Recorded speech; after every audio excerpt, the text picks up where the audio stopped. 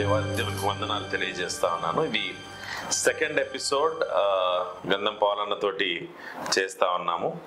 ఈ ఇంటర్వ్యూలో మనం లాస్ట్ ఇంటర్వ్యూలో చూసినట్లయితే the present status of governing council గురించి, జీసీ గురించి, దాని తర్వాత ఆయన ఒపీనియన్స్ ఏ విధంగా ఉన్నాయని. ఈ వీడియోలో we will be focusing more on what is the future of Mennonite Brethren post doctor PV Arnold. ఇప్పుడు కోర్ట్ కేసెస్ ఉన్నాయి మనకు, దాని తర్వాత వీ హ్యావ్ దేవుడు ఇచ్చినట్లుగా మనకు చాలా రిసోర్సెస్ ఉన్నాయి.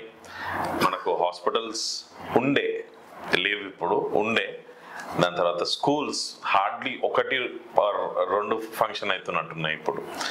సో మినిస్ట్రీ ఇదివరకే ఆగుతుందా, ఫ్యూచర్ ముందలు పోతా ఉందా, నెక్స్ట్ జనరేషన్స్ కి ఏం సలహా ఇస్తాడు అనేది మనం చూద్దాం. అన్న, thank you so much for again coming in and welcome to this new interview episode. Thank you. మీ ఒపీనియన్ మాకు ఇంపార్టెంట్, చాలా మందికి కూడా తెలియజేయాలని మాకు ఆశగా ఉంది. What would be the future of Mennonite Brethren Governing Council or Mennonite Brethren Church as such? తప్పకుండా ఈ పాయింట్లో అందరూ కూడా ఆసక్తికరంగా ఉండాల్సిన అవసరం ఉన్నది. కాన్ఫరెన్స్కి ఇది మెయిన్ కన్సర్న్. ఎందుకంటే ఒక స్టేజ్ వచ్చినాక మనం బైబిల్ ప్రకారం చూసుకున్నా, ప్రపంచ చరిత్ర చూసుకున్నా కూడా ఒక లో అండ్ హై అనేది ఉన్నది కదా. ఇప్పుడు మన కాన్ఫరెన్స్ ఏ విధంగా ఉన్నది అనేది ఎవరి అభిప్రాయం వాళ్ళు పెట్టుకోండి, కానీ ఉన్న పరిస్థితి నుంచి బెటర్ చేస్తే ఏం జరగబోతున్నది, ఎంతవరకు జరుగుతుంది, ఒకవేళ అట్లా చేయకపోతే ఇట్లానే ఉంటే ఏం జరుగుతుంది, ఈ 2 పాయింట్ ఆఫ్ వ్యూలో చూసుకుంటే ఇప్పుడు ఉన్న పరిస్థితులలో నేను this may take some disturbing అనిపించిన, మన కాన్ఫరెన్స్లో ఉన్న అసెట్స్ అయినా కూడా, మన కాన్ఫరెన్స్ చర్చెస్లో ఉన్న అసెట్స్ అయినా కూడా ఇది liquid or immovable or movable assets. ఇప్పుడు కొన్ని మెయిన్ చర్చెస్కి తెలుసు కదా, ప్రతి చర్చెస్లో కూడా ఇప్పుడు మరీ కొత్త గవర్నమెంట్ వచ్చినాక ఎటువంటి చేంజెస్ వచ్చినాయంటే మన చర్చ్లో ఉన్న రెవెన్యూస్ అన్నీ కూడా రిస్క్లో ఉన్నది. ఇన్కమ్ ట్యాక్స్ అనేది ఒకటి వచ్చింది. ఇన్కమ్ ట్యాక్స్ పెట్టి మన సంఘాలు కూడా, నాకు తెలిసిన కొన్ని పెద్ద పెద్ద చర్చెస్ కూడా ఒక 20 నుంచి 30 లక్షలు గవర్నమెంట్కి ఇన్కమ్ ట్యాక్స్ కట్టింది. మన చర్చ్ రెవెన్యూస్ దేవుని కోసం వేసినాయి. అందరూ ఏం చేస్తుందంటే ఎగ్జెంప్షన్ తీసుకుంటున్నారు, ఏదో ఒక విధంగా చెప్పేసి ట్యాక్స్ ఎగ్జెంప్షన్ తీసుకుంటుంటే రిలీజియస్ సొసైటీ ఉన్నది, church is a religious organization, దానికి కూడా మనము మన కాన్ఫరెన్స్ సక్రమంగా లేనందుకు ఇన్కమ్ ట్యాక్స్ కట్టినాం. ఇప్పుడు ఇది వాస్తవం. ఫ్యూచర్లో ఇంకా జరగబోతున్నా ప్రతి చర్చ్ కూడా, ఇంపార్టెంట్ చర్చ్ ₹1,00,000 కంటే ఎక్కువ రెవెన్యూస్ ఉంటే దాంట్లోకి వెళ్ళి గవర్నమెంట్కి ట్యాక్స్ పోతుంది. ఎగ్జామ్షన్ ఎట్లా తీసుకుంటారు? Do we really have exemptions? అంటే చర్చెస్ కి, లేకపోతే చర్చెస్ కు ఉన్నదా, లేకపోతే ఇప్పుడు గవర్నింగ్ కౌన్సిల్ కింద one is we have set of churches ఉన్నాయి, సెకండ్ హాస్పిటల్స్ ఉన్నాయి, ఎడ్యుకేషనల్ ఇన్స్టిట్యూషన్స్ ఉన్నాయి. మీరు మాట్లాడేది అన్నిటికీ మనకి ఎగ్జామ్షన్ ఉందా? అన్నిటికీ ఉన్నది ఎగ్జామ్షన్. మరి క్లెయిమ్ చేస్తలేం మనము. ఇప్పుడు అక్కడనే ప్రాబ్లం అయింది. ఇప్పుడు మన కాన్ఫరెన్స్ ప్రాబ్లంలో ఉంది అంటే లేదని ఎవరన్నా అంటే కూడా ఎందుకు చెప్తున్నా అంటే, governing council is formed under societies act as a religious charitable society. Religious and charitable society కింద మన గవర్నింగ్ కౌన్సిల్ ఫామ్ చేసింది. దీంట్లో ఉన్న 3 వింగ్స్ ఉన్నాయి కదా, ప్రీచింగ్, టీచింగ్, హీలింగ్. దాని ప్రకారం ప్రీచింగ్ అండ్ దాని ప్రకారంగా చర్చెస్ అన్ని ఫామ్ అయినాయి. టీచింగ్ ప్రకారం ఇన్స్టిట్యూషన్స్ ఉన్నాయి, స్కూల్స్ అంటున్నారు. తర్వాత హీలింగ్ ప్రకారం హాస్పిటల్స్ ఎస్టాబ్లిష్ చేసి, ఇవి చేయడానికి అవసరమైన అసెట్ డెవలప్ చేయడానికని ల్యాండ్స్ అక్వైర్ చేసుకున్నారు. ఇప్పుడు చర్చ్ని తీసుకుంటే, as a church, Mennonite church తీసుకోకుండా ఎనీ అదర్ చర్చ్ తీసుకుంటే ఆ చర్చ్ కూడా ఒక సొసైటీ ఫామ్ చేస్తారు. చేసి ఆ సొసైటీ ప్రకారము చర్చ్ అనేది రిలీజియస్ ఆర్గనైజేషన్ కాబట్టి మాకు ఎగ్జామ్షన్ కావాలని ప్రాపర్గా ఒక 3 సంవత్సరాలు వాళ్ళ అకౌంట్స్ ప్రాపర్గా మెయింటైన్ చేసి గవర్నమెంట్కి సబ్మిట్ చేస్తే గవర్నమెంట్ దానికి ట్యాక్స్ ఎగ్జామ్షన్ ఇస్తుంది. అట్లా గవర్నింగ్ కౌన్సిల్కి ఉన్నది. అప్పుడు గవర్నింగ్ కౌన్సిల్ మొత్తం రిలీజియస్ చారిటబుల్ ట్రస్ట్ కాబట్టి గవర్నింగ్ కౌన్సిల్ అనే హెడ్ కింద వీటన్నిటికీ ఎగ్జామ్షన్ ఉన్నది. ఈ గవర్నింగ్ కౌన్సిల్ ని సరి చేయకపోవడం వలన వీటన్నిటికీ ఎగ్జామ్షన్ లేకుండా అయిపోయింది. ఇప్పుడు లేదు కాబట్టి మేము ఎగ్జామ్షన్ కొరకు ఇప్పుడు 20 లక్షలు 30 లక్షలు కట్టే సంఘాలు ఉన్నాయి మన దగ్గర. వాళ్ళు ఎగ్జామ్షన్ కొరకని ఒకవేళ వాళ్ళు సపరేట్ సొసైటీ ఫామ్ చేసుకుంటే గవర్నింగ్ కౌన్సిల్ నిబంధనలు వ్యతిరేకం అయిపోతుంది అది. కాబట్టి దాని లిటిగేషన్ ఫామ్ అయింది. ఎట్లా వేస్తే నువ్వు సొసైటీ ఎట్లా పెట్టుకుంటాను, పెట్టుకోనికి లేదు. ప్రతి సంఘం ఇండిపెండెంట్గా సొసైటీ తయారు చేసుకుంటే ఆ సంఘం అంతా కూడా సపరేట్ అయిపోతుంది. అసలు గవర్నింగ్ కౌన్సిల్లో ఆ ప్రొవిజనే లేదు. Mennonite brethren church of India అన్నారు, చర్చెస్ ఆఫ్ ఇండియా కాదు ఇది. Governing council of the conference of Mennonite brethren church of India అంటారు. ఇదంతా ఒకటే సంఘం.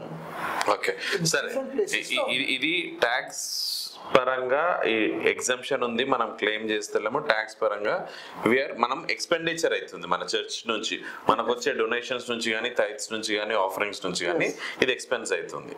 1. ఇప్పుడు వాట్ అబౌట్ ద అసెట్స్ మీ ఉద్దేశంలో? ఇప్పుడు సే ఫర్ ఎగ్జాంపుల్ నాకు తెలిసే కూడా జడ్చర్లలో 54 acres వరకు మనకుంది. Nagar Kurnool in and around about 60 acres ఏమో ఉంది. 400 acres ఆడుంది కాన్ఫరెన్స్ మొత్తం కాన్ఫరెన్స్ అంతా కలిపి 400 ఎకరాలు. ఒకవేళ రియల్ ఎస్టేట్ ఎవాల్యుయేటర్ కి ఇస్తే ఎంత వాల్యూ రావచ్చు? ఇప్పుడు రైట్ నా ఇప్పుడు ఉన్న పరిస్థితిని బట్టి చూస్తే కూడా ఒక 2200 2,000 కోట్లు 2200 నుంచి 3000 కోట్లకు ఉన్నది. నేను ఇప్పుడు ఆనెస్ట్గా చెప్తున్నా, కాన్ఫరెన్స్ లో ఉన్న నెక్స్ట్ జనరేషన్ కూడా another 10 years this conference will be more than 5,000 crores worth of dry weight. Churches కాకుండా నేను చెప్పేది, చర్చ్ బిల్డింగ్స్ కాకుండా సర్ప్లస్ ల్యాండ్ ఉంది కదా, అది 5,000 కోట్ల వర్త్ ఉన్నది నెక్స్ట్ కమింగ్ 10 years లా. ఇప్పుడు దాన్ని ఎట్లా హ్యాండిల్ చేయాలంటే, ఇప్పుడు నెక్స్ట్ జనరేషన్ వాళ్ళు, అదే నా క్వశ్చన్, అదే నెక్స్ట్ జనరేషన్ వాళ్ళు ఎట్లా హ్యాండిల్ చేస్తే బాగుంటది? ఇప్పుడు దాని కొరకే నేను మన కాన్ఫరెన్స్ లో ఉన్న పెద్దలందరూ కూడా చెప్పేది ఏంటంటే, ఇన్ని రోజులు మీరు ఏం చేసిండ్రో చరిత్ర అంతా ఆల్రెడీ అందరు చదువులు చూస్తున్నాం. సరే మీరు మంచి చేసినో చెడు చేసినో ఏమనుకున్నా కూడా ఇప్పుడు ఫ్యూచర్లో దీన్ని ముందుకు తీసుకుపోవాలంటే ఇప్పుడన్నా క్రమంగా కావాలి. కాన్ఫరెన్స్ ఒకటి కావాలి, యునైట్ కావాలి, ఆర్డర్ రావాలి, ఒక ప్రొసీజర్ అనేది ఉండాలి మన సంఘాలలో. ఇది క్రమం అయినప్పుడు అసెట్ని మనం యూటిలైజ్ చేసుకోగలం, లేకపోతే దెర్ ఇస్ నో పాయింట్ అనమాట. ఎక్కడ అసెట్ యూటిలైజ్ చేసుకోలేము. ఇప్పుడు మేము నాకు తెలిసినంత వరకు కూడా దేవుని చిత్త ప్రకారం, దేవుని కృపతోటి కష్టపడి ఇప్పటిదాకా ప్రాపర్టీస్ ప్రొటెక్ట్ అవుతుంది. ఒకవేళ మీరు చేతులు వదిలేసి అడా కమిటీ ఫామ్ చేయకుండా ప్రాపర్టీ ప్రొటెక్షన్ కమిటీ అందరూ ఒకరని క్లెయిమ్ చేస్తలేము. సీరియస్గా కొంతమంది కలిసి చేయడం వల్లనే ప్రొటెక్ట్ అవుతున్నారు కదా. ఇది చేయకపోతే ఉండవు. ఇది చేయకుండా దేవుడు అడుగుతాడు, అసలు ఇన్ని వేల కోట్ల ప్రాపర్టీ ఉన్నది మీ దేశం, మన దేశంలో ఇప్పుడు ఒక 1000 గజాల గురించి చర్చి కట్టాలంటే కష్టం ఉంది. ఇన్ని ఎకరాలు భూములు పెట్టుకొని మనం ఏం చేయకపోవడం వల్ల మనం జవాబు చెప్పాల్సి వస్తుంది. అవును, అదైతే అనిపిస్తుంది నాకు. We are answerable. ఎవడో బ్యాప్టిస్ట్ వాడో లేకపోతే ఎవడో RSS వాడు వచ్చి మనల్ని ఉద్ధరించాడు కదా. మన సంఘాలు, మన ఇల్లు, మన కాన్ఫరెన్స్ని మనం సరి చేసుకోవాలి. మనం సరి చేసుకోవడానికి క్రమంగా ఉందామని పిలిపియడమే యునైటెడ్ కాన్ఫరెన్స్ కోసం ప్లాన్ చేస్తున్నాం. ఓకే, ఇది ఫస్ట్ ఇస్ ల్యాండ్ అన్న. సెకండ్, ఇప్పుడు మనకు స్కూల్స్, ఎడ్యుకేషన్ పరంగా సర్టన్ ఇన్స్టిట్యూషన్స్ ఉన్నాయి మనం. దాని తర్వాత హాస్పిటల్ ది అనదర్ వింగ్ మనకు ఉంది. ఈ 2 వింగ్స్ ఆల్మోస్ట్ కొలాప్స్ అయినాయి. సో మీ ఉద్దేశంలో దీంట్లో రివైవ్ చేయాలా, లేకపోతే అదర్ వింగ్స్ ఏమైనా యాడ్ చేయాలా డౌన్ ద లైన్? ఒకవేళ కాన్ఫరెన్స్ మంచిగా అయిపోయి దేవుని చిత్తానుసారంగా మంచిగా అయిపోయి, actually let us hope that it is going to be ఎందుకంటే తప్పు అనుకున్నా రైట్ అనుకున్నా దేవుడు ఒక తరం తర్వాత ఇంకో తరాన్ని లేపుతుంటాడు. కాబట్టి ఇప్పుడైనా కూడా కాన్ఫరెన్స్ కొరకు ఏమైనా మంచిగా చేయాలనుకున్న అందరూ కూడా ముందుకు రావాలి. ఈ జనరేషన్ ఆఫ్ మెననైట్ యూత్ వచ్చినప్పుడు మన కాన్ఫరెన్స్లో ఉన్న చరిత్ర ఏ విధంగా ఫామ్ అయింది, ఒక 3-4 జనరేషన్స్ ముందర ఎట్లుండే పరిస్థితి, ఫ్యూచర్లో ఎట్లా చేయగలము. ఇప్పుడు నేను చెప్తున్నా కదా, ఎడ్యుకేషన్ ఇప్పుడు ఒకప్పటిలాగా లేదు ఎడ్యుకేషన్. బికాస్ అడ్వాన్స్మెంట్ ఎంత వచ్చిందంటే డిజిటల్ ఏజ్ వచ్చింది, కమ్యూనికేషన్ వచ్చింది, ఇంటర్నేషనల్ లెవెల్లో మనకు అప్రోచ్ చేసుకోవచ్చు. మనం ఒకప్పుడేమో చదువులు, హాస్పిటల్స్, స్కూల్స్ ఉండకపోయేది కాబట్టి మనం పెడితే మనం తర్వాతనే వేరే గవర్నమెంట్ పెట్టింది, అట్లుండే పరిస్థితి. కానీ ఇప్పుడు ఎక్కడైనా గవర్నమెంటే సపోర్ట్ చేస్తుంది అన్నిటికీ. సోషల్ వెల్ఫేర్ హాస్పిటల్స్ ఉన్నాయి, హాస్పిటల్స్ ఉన్నాయి, అన్నీ ఉన్నది. సో ఇప్పుడు వాటిని మనము ఓరియంటేషన్ చేంజ్ చేయాలి. We have to do the ministry with a different perspective. అట్లా చేయడానికి ఎడ్యుకేషన్ చేయాలంటే దానికి ఒక రిఫార్మ్స్ అవసరం ఉన్నాయి. మనకు కావాల్సిన, మనకున్న స్ట్రెంగ్త్ ఉన్నది ఇప్పుడు అక్కడ. యాజ్ ఎ మనకున్న ఇంటర్నేషనల్ కనెక్టివిటీని బట్టి చూసినా కూడా as a people of faith ఖచ్చితంగా ఎడ్యుకేషన్ అండ్ హెల్త్ లా మనము ఇండియాకు మళ్ళీ మార్పు తెచ్చే లెవెల్లో మనం ఎడ్యుకేషన్ ఇంపార్ట్ చేయొచ్చు, హెల్త్ కూడా ప్రొవైడ్ చేయొచ్చు. చాలా పెద్ద సబ్జెక్ట్ ఉంది అన్న ఇది. ఐ థింక్ అన్న మనము we will do something even to the audience also. మనకున్న అసెట్స్ మీద ఒక్కొక్క అసెట్ మీద ప్రాబబ్లీ డౌన్ ద లైన్ ఇంకా ఇంటర్వ్యూస్ చేద్దాం, ఇంకా అంటే ఎట్లా ప్లాన్ చేసుకోవచ్చు, ఏం చేసుకోవచ్చు. And we invite other people also. మీకు కూడా ఏమైనా ఐడియాస్ ఉంటే మా అప్రోచ్ కండి. We will discuss, we will put every thought that we have God given thought మనం ముందర పెట్టేసి అన్ని క్రోడీకరించి బెస్ట్ థింగ్స్ మనం చేసుకోవచ్చు. నాకు కూడా మొన్న ఒక ఆలోచన వచ్చిండే, వీ హ్యావ్ ల్యాండ్స్. ఇప్పుడు దేవరకొండ కానీ అక్కడ మంచి మంచి తోటలు వేసుకోవచ్చు మనం. అవకాడో వేయచ్చు, మ్యాంగోస్ వేసుకోవచ్చు, డ్రాగన్ ఫ్రూట్.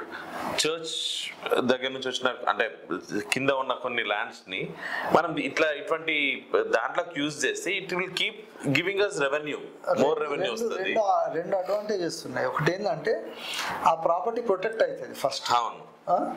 తర్వాత ఆ ప్రాపర్టీ యూటిలైజ్ అవుతుంది. అవును, మన మినరేటోరే ఎవరో ఒకరు దాన్ని డెవలప్ ఎంప్లాయ్మెంట్ అవుతుంది. తర్వాత దాంతో కాన్ఫరెన్స్ కి రెవెన్యూ వస్తుంది. తర్వాత ఆ వ్యవసాయం ఎవరు చేస్తుండ్రో వాడు గొప్పోడైనప్పుడు వాడి దశమ భాగం చర్చికే కదా మనం వచ్చేది. అయితే ఆమిష్ మెనోనైట్స్ అని యుఎస్ లో ఉన్నారు. ఆ కాన్సెప్ట్ కొంత మెనోనైట్స్ మనం కూడా తీసుకున్నాం మనం. అందుకనే ఇంకొకటి ఇండియాలో ఉన్న క్యాస్ట్ సిస్టమ్ బట్టి కూడా మిషనరీస్ ఉన్నప్పుడు ఎవరెవరు యేసులో నమ్మకరు వాళ్ళందరినీ భయంకరంగా డిస్క్రిమినేట్ చేసేది. కాబట్టి సెల్ఫ్ సస్టైనబిలిటీ అనేది అప్పుడు అవసరం ఉండే, ఇప్పుడు కూడా అవసరం ఉంది. మనకు సెల్ఫ్ సస్టైన్ కావాలంటే you have your own ways. మనకు హెల్త్ ఉన్నది, ఎడ్యుకేషన్ ఉన్నది, అగ్రికల్చర్ ఉన్నది, మనిషికి కావాల్సిన అన్నీ ఉన్నాయి. అయితే మిషన్ కాంపౌండ్స్ అన్నీ కూడా సెల్ఫ్ సస్టైనబుల్ ఎంటిటీస్ లాగా పెట్టిండ్రు. సేమ్ అదే ఇప్పుడు ఇజ్రాయెల్ కిబుత్స్ అని ఉన్నది. కిబుత్స్ అని కూడా ఒక small unit where you have everything facilitated there. బైబిల్లో ఉన్న ప్రతి ప్రొసీజర్ మన మెనోనైట్ మిషనరీస్ ఆలోచించేది విషయం. ఇప్పుడు మిషనరీస్ కూడా మనం అంటున్నాము, మన కాన్ఫరెన్స్ ఉన్న మిషన్ కాంపౌండ్స్ని అడ్మినిస్ట్రేషన్ ప్రాపర్గా చేయాలంటే మెకానిజం మనమే తయారు చేసుకోవాలి కదా. లేకపోతే ఇష్టం ఉన్నట్టుంటే మిషన్ కాంపౌండ్ మెయింటైన్ అవుతుంది. అన్నీ పోయి ఎవరన్నా ఇంట్రెస్ట్ ఉన్న వాళ్ళు పోయి చూసిరండి మన మిషన్ కాంపౌండ్స్ ఏ పరిస్థితులు ఉన్నాయి. మనం జస్ట్ మిషన్ కాంపౌండ్ పక్కనే చూడండి ఎంత డెవలప్ అవుతుంది. Because we're not taking initiative. ఎందుకంటే హెడ్ఏక్ ఖరాబ్. గవర్నింగ్ కౌన్సిల్ని ప్రాపర్ చేయాలి. అందుకనే కాన్ఫరెన్స్ ఐదర్ ఎవరికి నచ్చినా నచ్చకున్నా నిబంధన కిందికి రావాలి, మన కాన్స్టిట్యూషన్ కిందికి రావాలి. మెనోనైట్ విజన్ని ముందుకు తీసుకోబోయేటోళ్ళు అందరూ కలిసినప్పుడే అవుతుంది. దీని కొరకు అందరినీ కన్విన్స్ చేయడానికి ప్రయత్నం చేద్దాం. కానీ అందరు అప్రూవల్ తీసుకోవడం అనేది అది దేవుని చిత్తం కాదు. అట్లా అనుకుంటే దేవుడు 12 మందికి 12 మంది ఒప్పుకుంటట్టే చేస్తుండే. There will be some people who will walk out. Deviants ఉంటే మనం వాళ్ళని కన్విన్స్ చేయాలని బట్టి మొత్తం కాన్ఫరెన్స్ని స్టేక్ తీసుకుపోవడం యాక్సెప్టబుల్ కాదు. అందుకనే అడా కమిటీ క్లియర్గా పేపర్ నోటిఫికేషన్ ఇచ్చింది. అన్ని సంఘాలకు ఇన్ఫర్మేషన్ ఇస్తున్నాము. అందరు లీడర్స్ నచ్చిన వాళ్ళు కానీ తిట్టినా మెచ్చుకున్నా వాళ్ళందరినీ పోయి కలిసి అందరం కలుద్దామని పిలుపునిస్తున్నాము. ఈ పిలుపునియడానికి నేనేంద్ర పిలవడం అని అంటే అంతకంటే ఈడియాటిక్ పర్సన్ మీరు మైక్రోస్కోప్ పెట్టినా దొరకదు. ఈ పదం వాడొద్దు కానీ it is coming up like that. తప్పకుండా కలవాలి. నువ్వెవరిని పిలవడానికి అంటే మరి ఎవరు పిలవాలి? ఒక ప్రాబ్లం సాల్వ్ చేయాలి, ఎవరో ఒకరు పిలవాలి. కాబట్టి అన్న వాళ్ళ ఆ పొజిషన్ తీసుకున్నారు. మేబీ సరే, మీ ఆలోచనలన మళ్ళీ నెక్స్ట్ వీడియోస్లలో చాలా క్యాప్చర్ చేయాలి ఇంకా.